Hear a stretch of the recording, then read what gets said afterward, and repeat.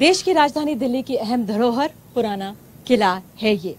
तो आज हम यही समझने की कोशिश करेंगे कि हमारे देश की युवतियां जो हैं, महिलाएं हैं, किस पथ पर अग्रसर हैं, किस ओर वो आगे बढ़ रही हैं, क्या समाज उनके लिए महफूज है, क्या वो समाज की मुख्य धारा में शामिल हो पा रही हैं, क्या उनका सशक्तिकरण हो रहा है, क्या उनको प्रेरणा मिल पा रही है।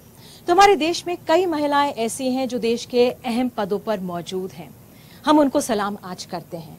सलाम आज हम उनको भी करते हैं जो घरों के अंदर और घरों के बाहर हौसले की लड़ाई रोज लड़ रही हैं। हम यहाँ पे पुराना किले पर मौजूद, इंडो म्यांमार बॉर्डर पर मौजूद नागालैंड की 2 आईपीएस अफसर रूपा और दीपाली को भी सलाम करते हैं जो अपनी पोस्ट पर डटी हुई हैं। हम यहाँ से महाराष्ट्र की प्रेमा को सलाम करते हैं जिनके पिता एक ऑटो ड्राइवर हैं। इसके बावजूद उन्होंने सीए का एग्जाम देश भर में टॉप किया है। तो ये फहरिस्त बहुत लंबी है। तो आइए हम दिल्ली के इस पुराने किले में मौजूद हैं और आपको बता दूं उस जगह का नाम है इश्क ए दिल्ली। जी हाँ, इस जगह को इश्क ए दिल्ली कहते हैं और हम सबको अपनी दिल्ली से बहुत प्यार है। और दिल्ली की मुख्यमंत्री शीला दीक्षित हमारे साथ यहाँ पर मौजूद है। इन्होंने समय निकाला आज आने के लिए और जिस तरह से शीला जी ने हमेशा अगुवाई की है उनके इस पूरे रास्ते को हम समझेंगे। लेकिन इस समय मुझे शीला जी का वो पल याद आ रहा है। एक समय इंटरव्यू में उन्होंने मुझे कहा था कि जब वो एक बिंदास कॉलेज गर्ल थी, उनकी लव मैरिज हुई थी और एक पारंपरिक फैमिली में उनकी शादी हुई थी। कई चुनौतियों से वो तब गुजरी थी, कदम दर कदम वो आगे बढ़ी। इस राज्य की मुख्यमंत्री वो 3 बार बनी हैं और मानिए ये एक बहुत बड़ी चुनौती और अपने आप में मुश्किल भरा रहा होगा।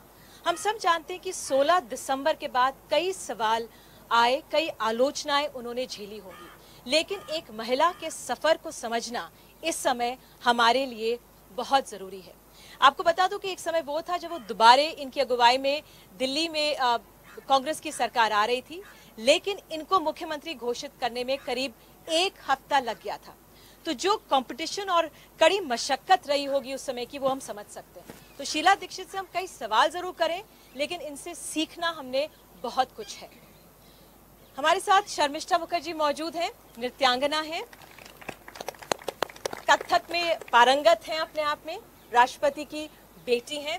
लेकिन हाल में आपको याद होगा कि जब इनके भाई ने स्टेटमेंट दिया था कि जंतर मंतर पर महिलाएं डेंटेड पेंटेड आ जाती हैं, तब शर्मिष्ठा ने विरोध किया था और उन्होंने इन लड़कियों के साथ खड़े होकर उनके दुख को साझा किया था।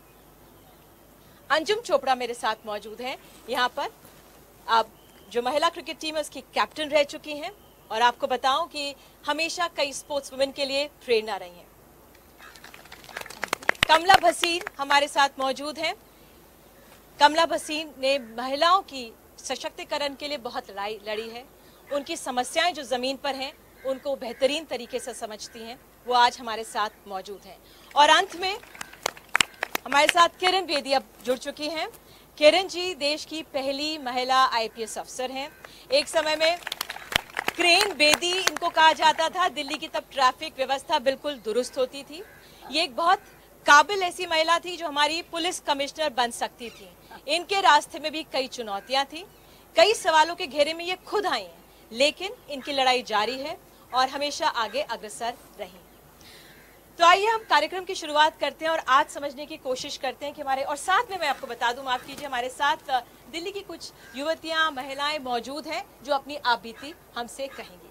सबसे पहले मैं शीला जी आप ही के पास आऊंगी और आपसे समझना चाहूंगी, इस समय अगर हम आज के अखबार देखें, आज अंतर्राष्ट्रीय महिला दिवस है, लेकिन अगर आज के अखबार हम देखते तो आज भी पहले पन्नों में, सुर्खियों में वही था, तमाम बच्चियों के साथ ये रेप हुआ और देश भर में हुए, दिल्ली में नहीं देश भर में हुए।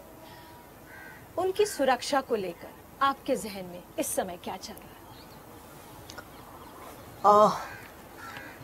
सबसे पहले तो ये अच्छा खुशी का दिन है, महिलाओं के लिए सम्मान का दिन है।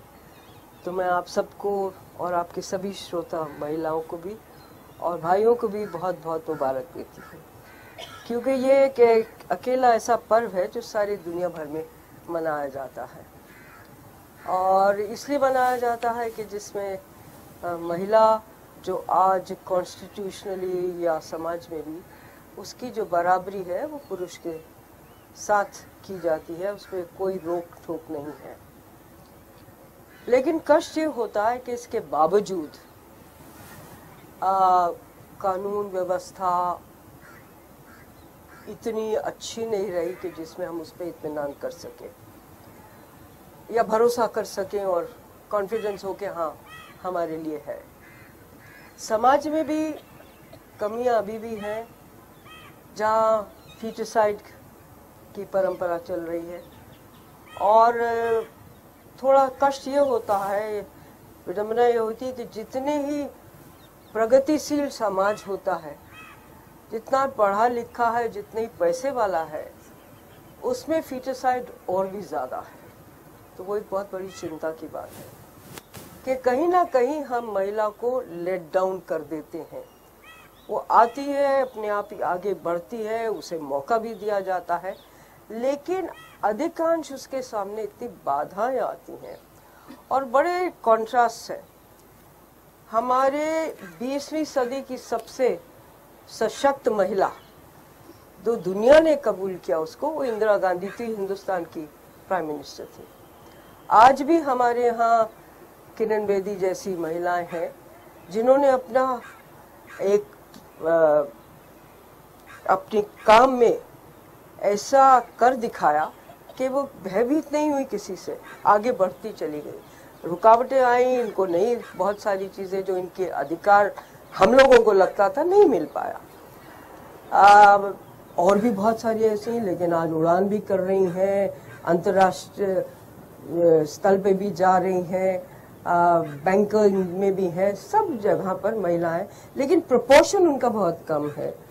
और आज भी कहीं ना कहीं जहन में समाज के भी, हमारे अपने महिलाओं के भी और पुरुषों के भी है कि है तो बहुत अच्छी, पढ़ी लिखी है, दिमाग भी इसका बहुत अच्छा है, बातें भी बड़ी अच्छी करती है, गुणवत्ता भी उतनी है, लेकिन कहीं ना कहीं उसको जरा सा दबाया जाता है और वो पीछे रह जाती है।